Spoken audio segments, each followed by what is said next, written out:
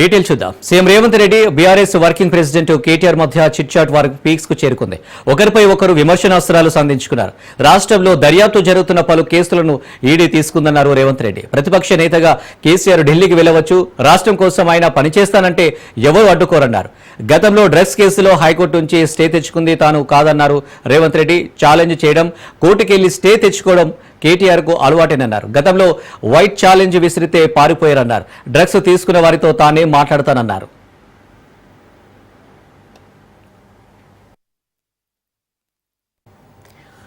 CM Revanth కు మాజీ మంత్రి బీఆర్ఎస్ వర్కింగ్ ప్రెసిడెంట్ కేటీఆర్ అదే రేంజ్ లో కౌంటర్ ఇచ్చారు. తనపై ఏదైనా డ్రగ్స్ కేసు నమోదైందా, దానితో తనకు సంబంధం ఉన్నట్లు ఆధారాలున్నాయా, దమ్ముంటే బయట పెట్టాలని సీఎంను సవాల్ విసిరారు.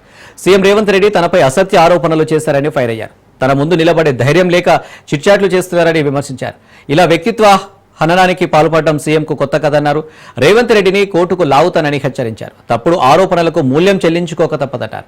సీఎం క్షమాపణ చెప్పకపోతే పర్యావసనాలు ఎదుర్కోవాల్సి ఉంటుందని కేటీఆర్ స్ట్రాంగ్ వార్నింగ్ ఇచ్చారు.